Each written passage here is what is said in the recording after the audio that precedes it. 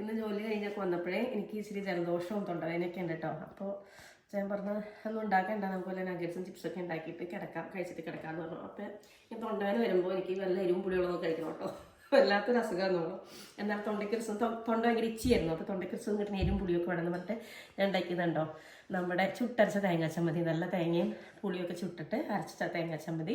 പിന്നെ കുറച്ച് ഇടിയരച്ച് ഇരിപ്പുണ്ടായിരുന്നേ, അതിനൊന്ന് വറുത്തെടുത്തു. പിന്നെ എനിക്ക് എപ്പോൾ എന്തൊക്കെ ഉണ്ടാക്കിയാലും നോൺ വെജ് വേണമെന്ന് പറഞ്ഞപ്പോൾ തന്നെ വെജ് ഭയങ്കര ഇഷ്ടമാണ് കേട്ടോ. അപ്പോൾ വേറെ ഒന്നും ഉണ്ടാക്കാൻ സമയം കിട്ടില്ല. നല്ല വയ്യാത്തോണ്ട് ഒട്ടും എനർജി ഉണ്ടായില്ല, മടി പിടിച്ചിങ്ങനെയൊക്കെയായിരുന്നു. അപ്പോൾ നമ്മുടെ ഇടിച്ചക്ക തോരൻ ഇരിപ്പുണ്ടായിരുന്നു കേട്ടോ, കേരയുടെ.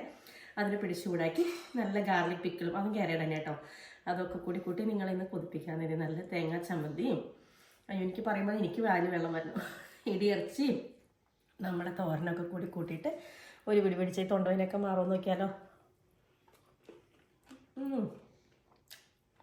സൂപ്പർ ടേസ്റ്റ് കേട്ടോ. പുളിയുടെയൊക്കെ രുചിയും ഇടിച്ചക്ക തോരൻ്റെ ഒക്കെ ടേസ്റ്റൊക്കെ വന്നിട്ട് പിന്നെ ഇടയ്ക്ക് നമുക്ക് അച്ചാറും നോക്കി കൊടുക്കാം അല്ലേ.